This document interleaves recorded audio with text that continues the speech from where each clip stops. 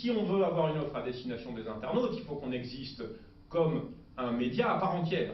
Ça veut dire qu'il faut qu'on ait une offre à part entière. Et là, évidemment, ça renvoie à la grande question, je dirais, insondable sur les origines de l'univers et autres, c'est qu'est-ce que c'est une offre web, évidemment. Alors là, on est en train de chercher, donc on a des auteurs, on a des tentatives, on a plein de choses, mais évidemment, là, maintenant, il serait temps quand même d'arriver à aussi avoir des certitudes. Donc on s'est dit, on va aussi sortir de la logique expérimentale qu'on avait jusque-là, pour essayer de fonder une offre web, quelque chose qui s'adresse aux internautes et qui fasse en sorte d'épouser un peu les usages et de correspondre aux besoins qu'ils ont. On regarde l'écosystème autour, on n'est plus, nos concurrents sont plus France 5, Canal, effectivement, France 4, etc. Mais ça, c'est effectivement YouTube, Dailymotion, c'est Facebook.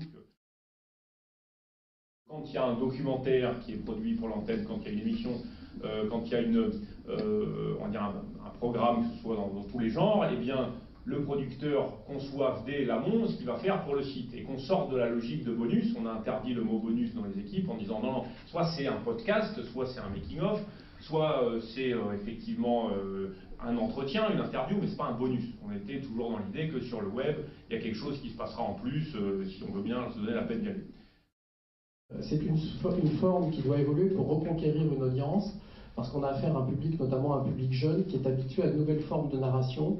Le public a faim de récit, il a faim de fiction, il a une nouvelle manière d'appréhender le récit, et il ne faut surtout pas oublier que, notamment pour les jeunes, mais pas que pour les jeunes, puisque le jeu vidéo touche des gens qui peuvent avoir 30, 40, voire 50 ans. Ça a marqué complètement la manière dont on appréhende à la fois les interfaces, mais aussi les différents récits et la manière de raconter des histoires. Pour vous donner un exemple d'utilisation d'une interface type jeu vidéo, donc là aussi, un élément important, vous avez de la musique, qui est aussi une des choses qu'on utilise pas mal dans les jeux vidéo. Création d'une ambiance et d'une identité visuelle.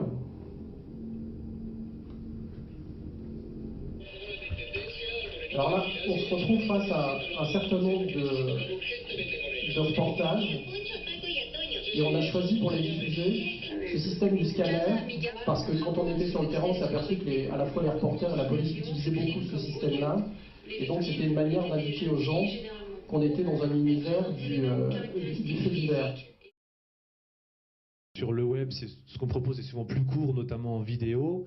Est-ce que, si on se projette à quelques années, vous avez l'impression que ça restera une tendance de fond ou que ça peut aussi permettre, malgré tout, d'amener des séries longues et des choses que les gens regarderont en longueur? Alors pas forcément du 52 ou du 26, mais en tout cas du documentaire ou des séquences audiovisuelles qui prennent un peu plus de temps. Effectivement, le web, c'est des formats courts. Bon, ça, tout le monde le sait, même ma coiffeuse. Mais c'est vrai que même moi, quand je me mets devant, c'est vrai qu'au bout d'une minute ou deux, si il ne s'est pas passé quelque chose, je m'emmerde. Bon, ça c'est vrai. Néanmoins, il n'y a pas de fatalité à ça. On a fait Manu Chao à Bayonne en live, 28 000 personnes qui ont assisté au live, avec des durées moyennes d'écoute de 22 minutes. Ce qui est énorme, on n'a pas ça en télévision.